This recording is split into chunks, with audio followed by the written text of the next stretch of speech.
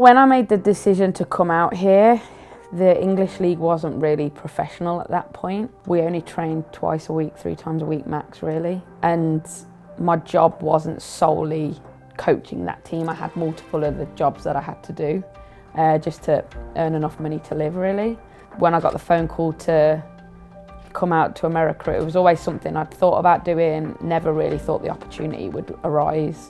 So when it did, I was very quick to make a decision. I think for women's soccer especially, it's sort of on most people's bucket list to come out here, in whether it's to play here or coach here. And I just loved the lifestyle, I loved how people saw the sport, because even though we're still fighting for women's soccer to be looked at equally, and I think this country's always been a step ahead of everyone else in terms of that. So I loved that, and just the sell of what this league could be was a huge selling point for me.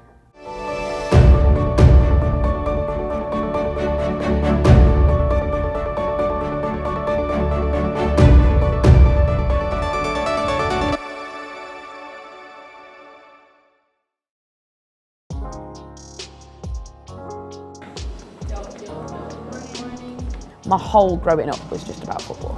I've never known life without it, and I don't know what life would be without it. You know, I was a fan, I was a player, I was surrounded by a coaching culture as a kid because of my dad. Both me and my brother played at a decent level. I just can't ever remember life without it, and I don't think my life will ever be without it. I can't ever imagine life without football.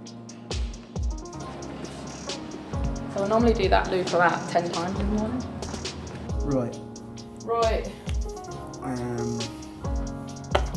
This will be with the players we've got, 5v5 in the middle and then directional possession.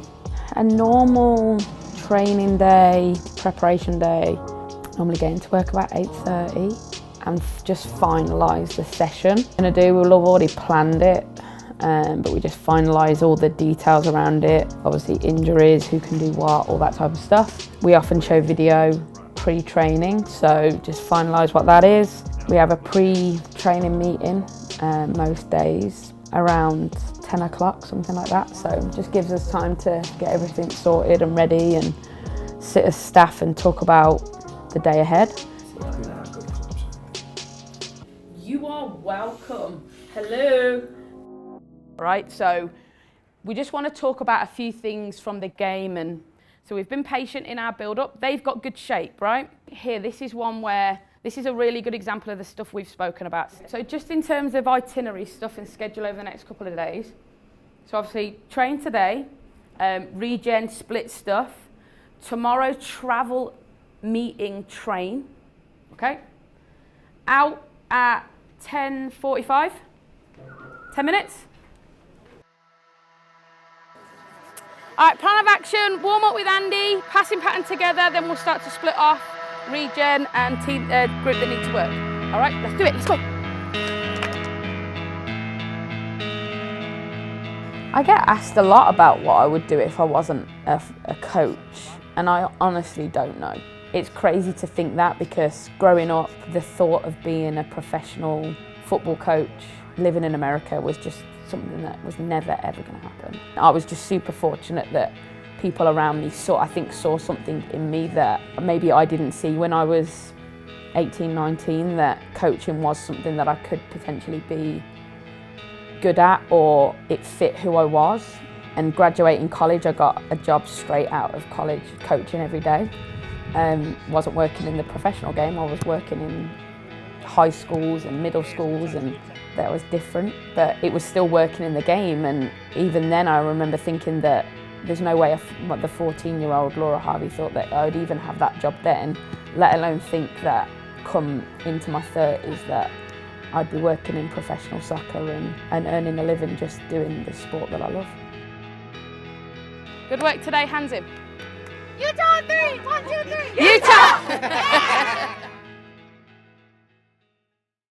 I'd never really played golf until I moved to Utah, and then Scott and Batty played it and felt left out.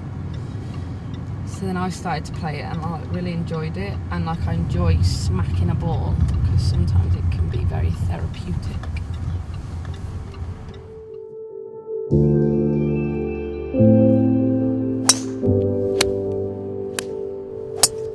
you can get so wrapped up in this job that you don't do anything else. For me, it doesn't work like that. I think if I don't have 2 hours or whatever I need of a day just to switch off, and even when I'm switched off, I'm still thinking about it, but I know myself well enough that I need to be outside. I need to not just be in a room, the same room for 12 hours of a day. You're not going to get the best out of me. I know that about myself. Recover.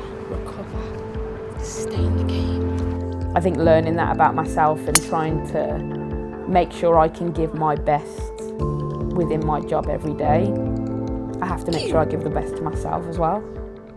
No character in life makes you a dweeb. No character in football is impossible. No character in golf, may as well give up. May as well give up.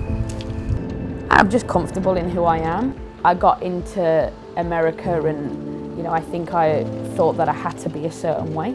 I just learned over time that you just have to be who you are. And I tried to instill that with the players too. You know, there's 24, 26 women in a room who were so different that if we didn't allow them an environment where they could be who they are, then we wouldn't be giving them the best possible chance to succeed. And I think that it's fine for us to say that, but then we have to live by that too. And the only way I know how to live by that is just to be me. Recover.